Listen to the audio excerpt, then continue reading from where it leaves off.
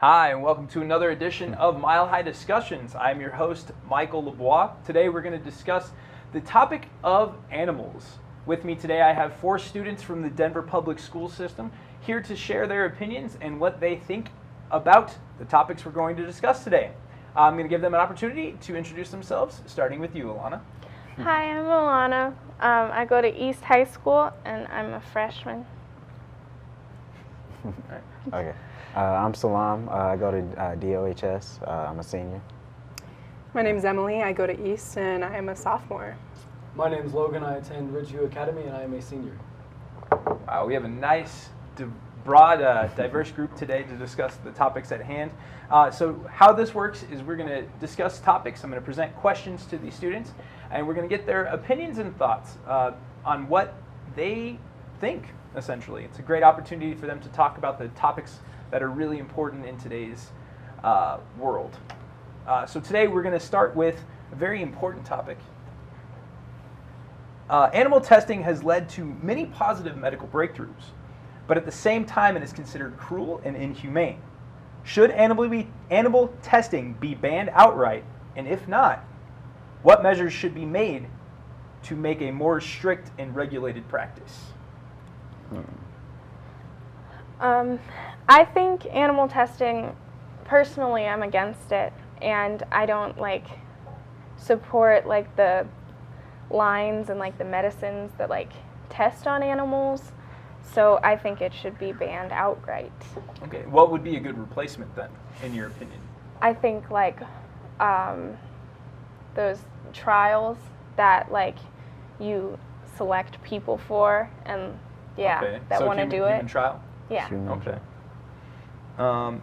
Just to make a point, so insulin and polio vaccines were both created through animal testing, but it is still relatively cruel and inhumane. Besides, I guess, the human trials, would you think there's any other means? What do you guys think about the testing process in general?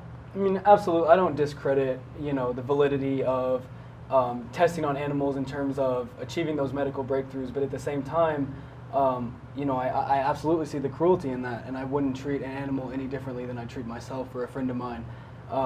So in my eyes, I would say clinical trials, I think that humans would jump at an opportunity to be part of tests and trials, and especially something that would ultimately benefit them or people they're close to. So I think there's definitely alternatives for something along those lines. I think just the one important part about that is you would have to ensure that the testing and that the humans who are volunteering are actually volunteering, because I think that could be corrupt very easily. And the example I bring is, for example, Hitler. Now Hitler, I don't know if you know this, but he took the human victims and he tested people with hypothermia and learned most that our world knows about hypothermia. And so thus, everything or the majority of the things that we know about hypothermia come from Hitler. So I think that a lot of the times when we think about people volunteering, we think that, okay, it's gonna work out. But if you're testing something like polio that is deadly, or you're testing some virus or some vaccine, I think it's gonna be very far in between that you find people that are willing to put themselves out there as test subjects. And I would just caution that you don't let governments or people just choose the people to do that for themselves, or even that you try to encourage people that it needs to be completely voluntary. Right. Salam? I think it would, I don't know.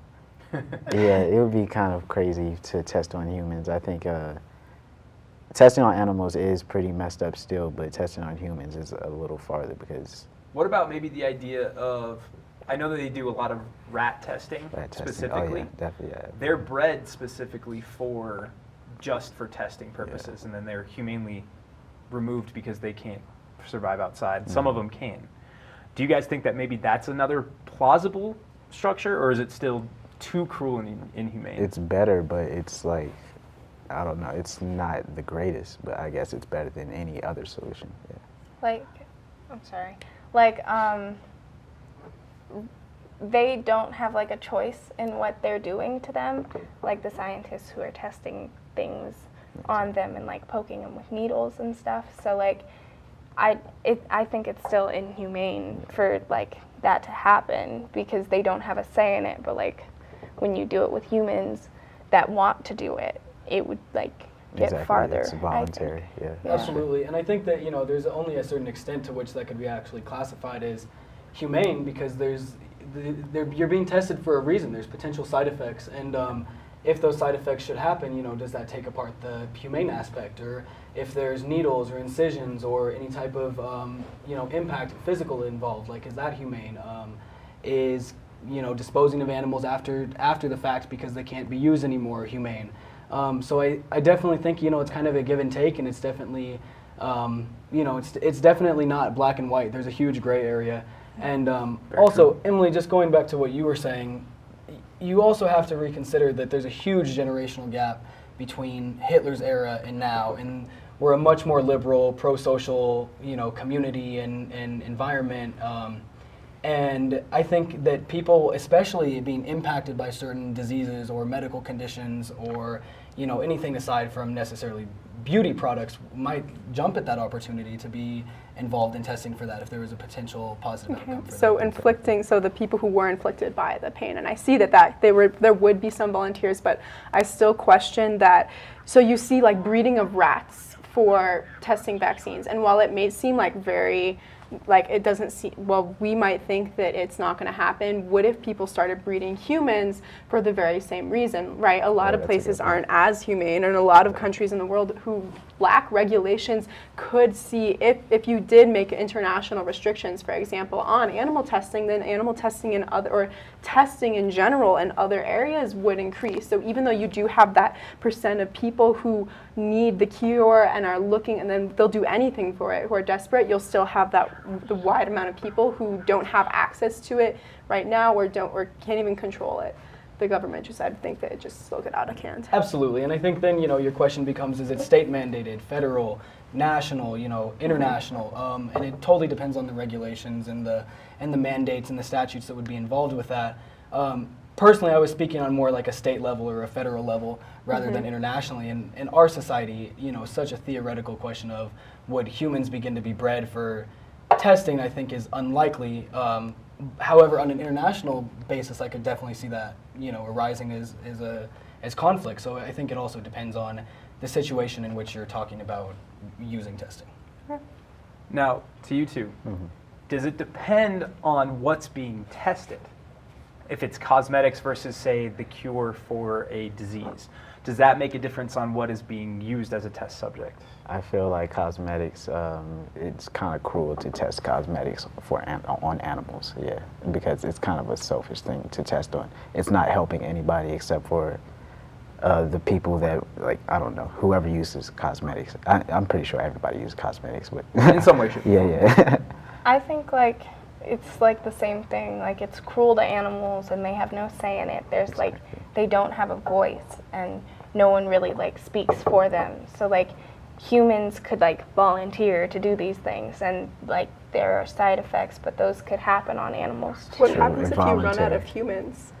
Then It probably won't happen, but yeah. Like, it's what a if you good run out of idea. humans who are volunteering to be tested? But What about compensation? And do you think like compensation for human test subjects, would that be a possibility? And also, do you think that maybe a push from animal rights activists could maybe change the policies of place of animal testing? I know that's a two-sided question. I'm just kind of trying to broaden it out a little bit. I mean, absolutely. I think that, PETA and, whoever else would have a huge say, and does already currently have a huge say in animal testing and is, strongly opposed to it. And certainly offering compensation for anything to almost any human is typically appealing. Right. exactly. And that might put somebody in a situation to be willing to volunteer because it becomes a job Hard work rather for than volunteer work sometimes. And so, like I said, it's almost entirely situational and theoretical. So it's kind of hard to attach all these ideas about it. But I think that ultimately, you would definitely not have a shortage of people willing to participate in clinical trials because.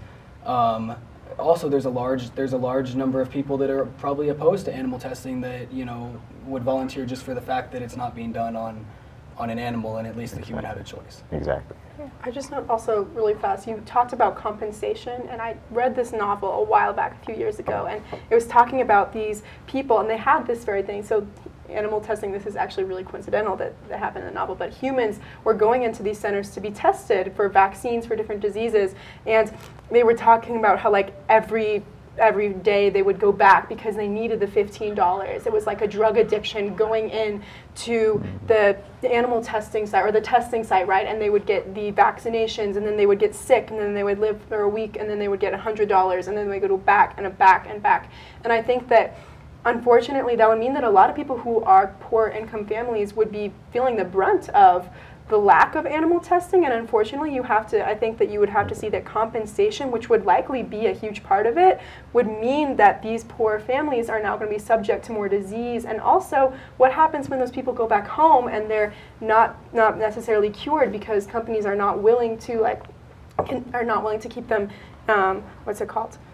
Supplied. No, like when you have like a disease spreading, and then they'll go back and then they spread disease, right? Quarantined. Yeah.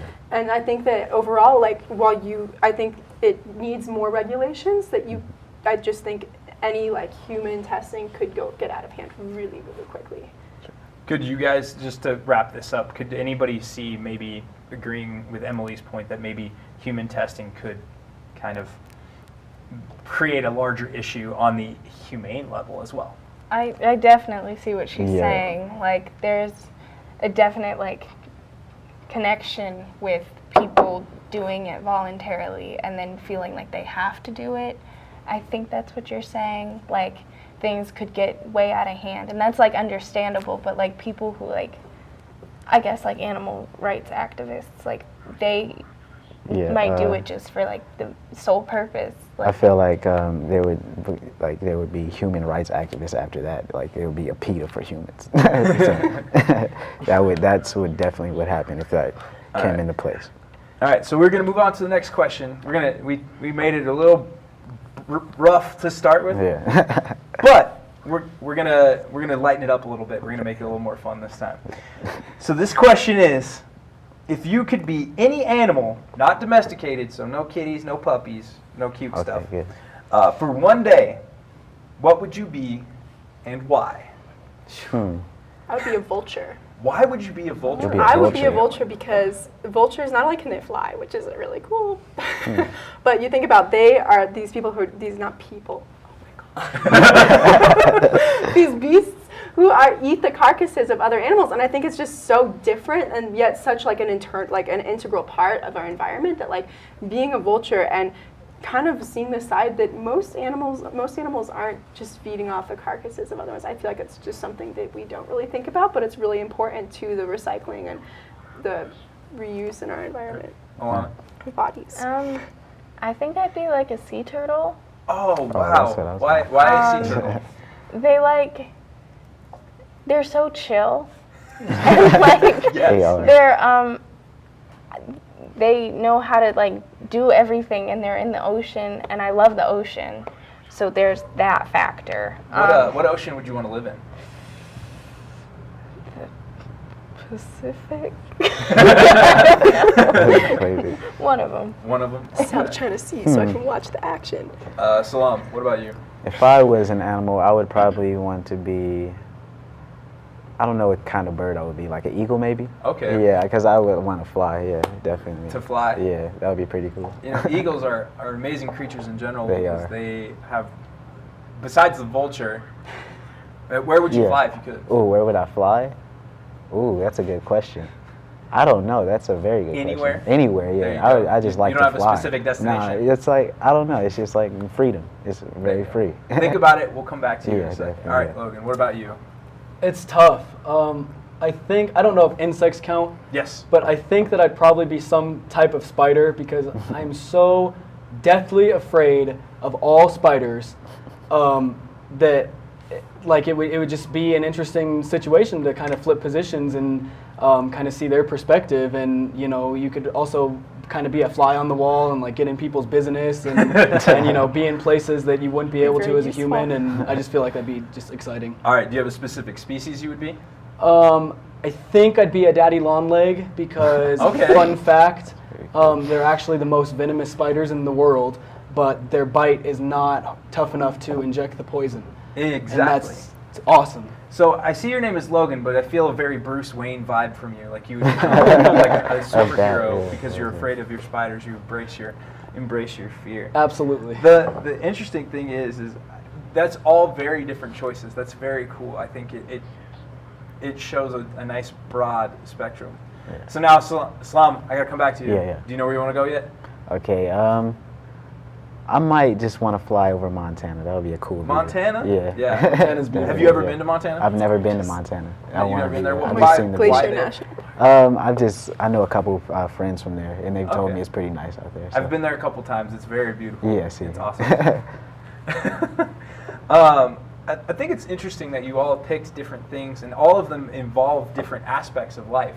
With Emily's being like the end of the phase, Yeah. cleaning up the recycling portion. Sea turtles are some of the longest living creatures in the world. Oh, yeah. Eagles are majestic. They last everywhere. Exactly. Almost everybody hates spiders, but they are integral to ecosystems. They bring life to everything. They clear out pests.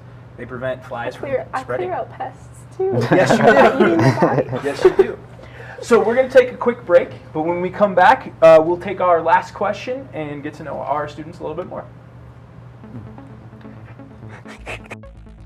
A lot of people think you have to be really good at numbers. And that's not really true. You do have to be good at solving problems. So we take students through all the basic fundamentals of accounting and hope to give them enough skills to go out and work in an entry-level accounting position.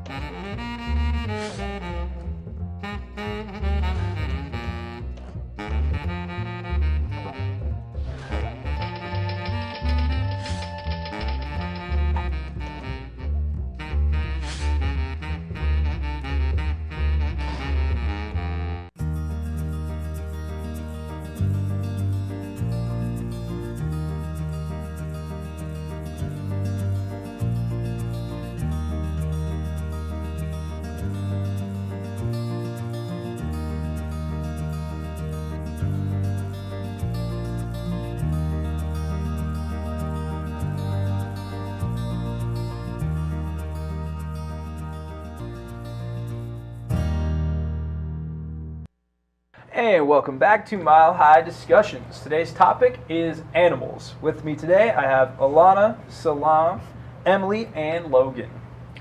So we have one final question for you guys. It's going to be another heavy hitter for you. It's estimated that 140 billion animals are killed each year for food. With advancements in science and technology, do you think genetically lab-grown meat products should be mass-marketed to the public? Yes. Oh. They should, Yes. because genetically modified things, and not even just genetically modified, but you think about 3D printing now. If we could harness that, then we could better harness the populations that we have and not be killing off animals that we should be letting live.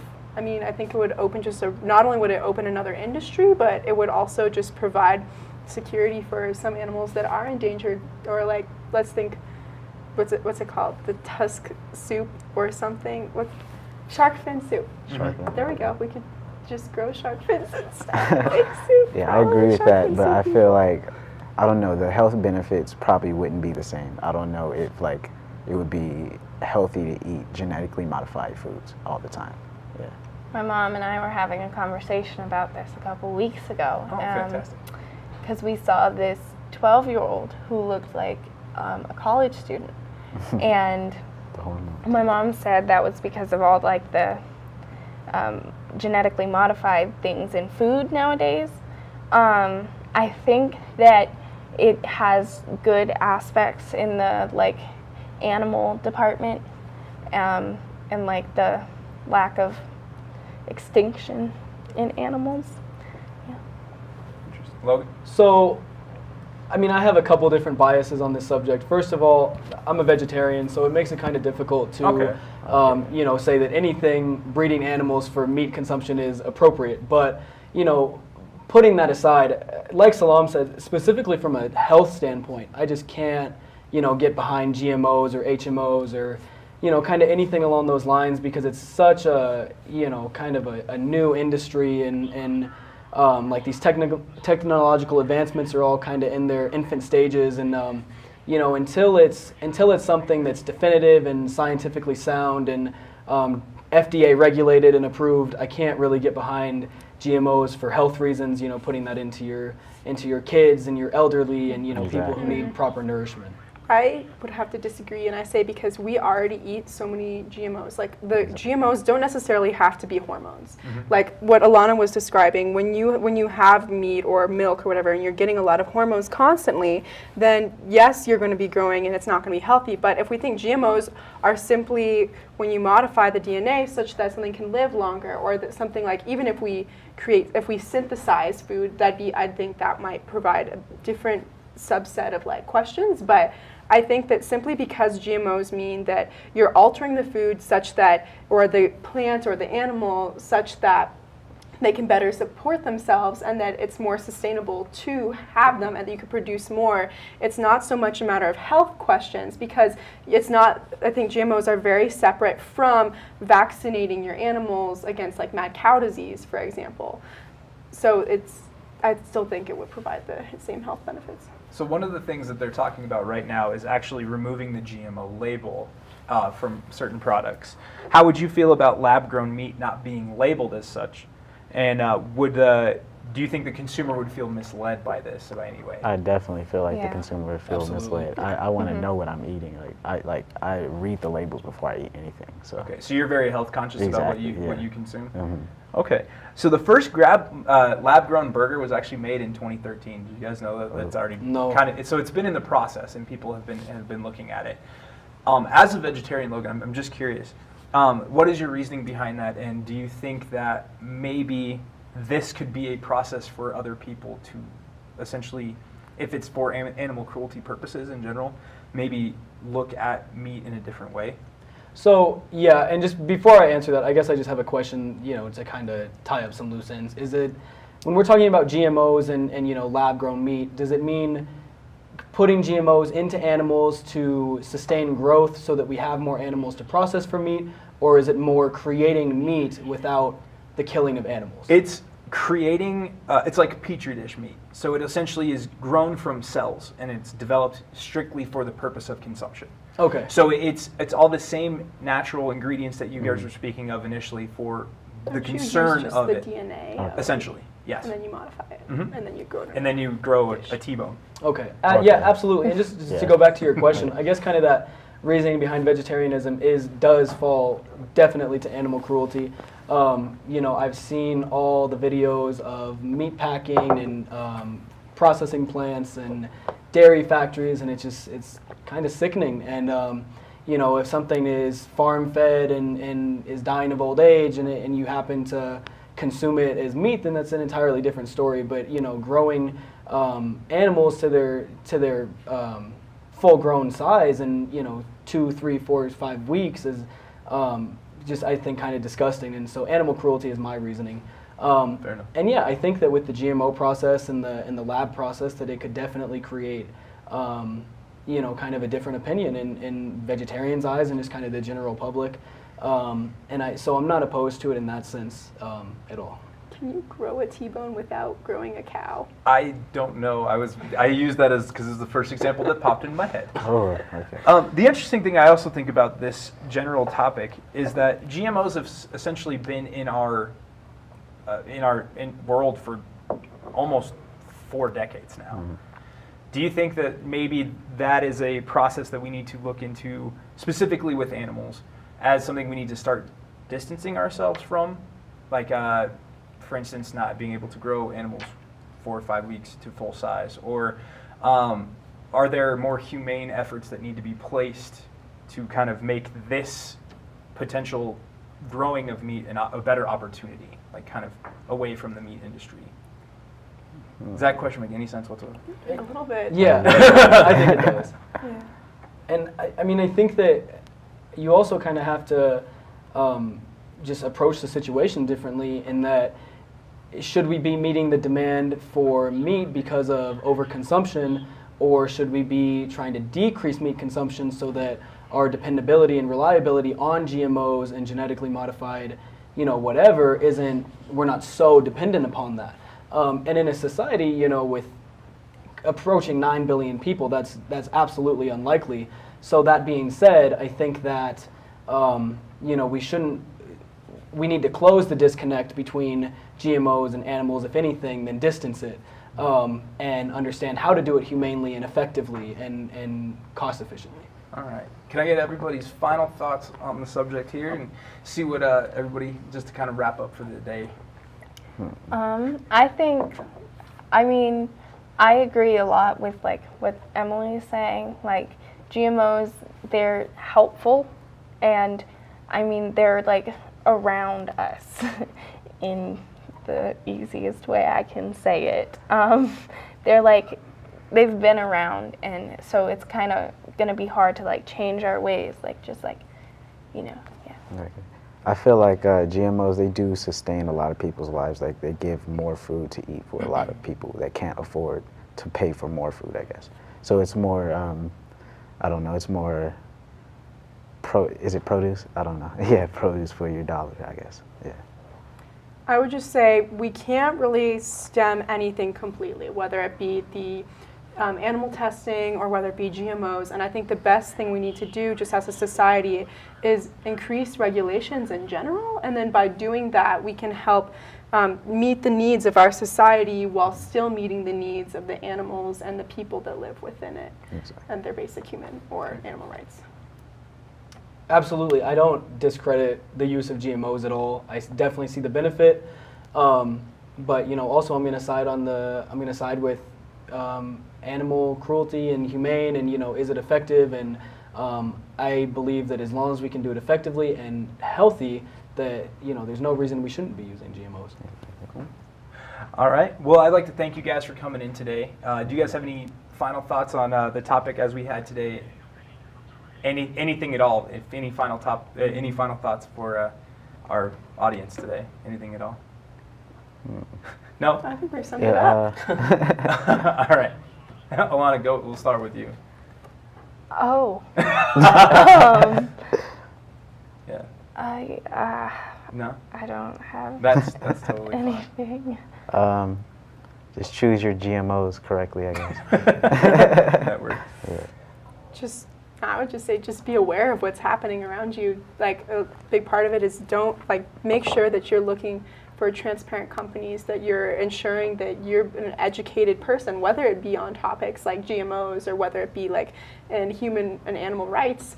And just to be educated and not ignorant is what will help our society better itself. Yes. Yeah, I totally agree with that. I think that if you as an individual can stand behind something morally and reasonably, and you believe that something is right doing right for the right reasons, then there should be no quarrel. Fantastic. Well, I'd like to thank Alana, Salam, Emily, and Logan for coming with us today. This has been Mile High Discussions, and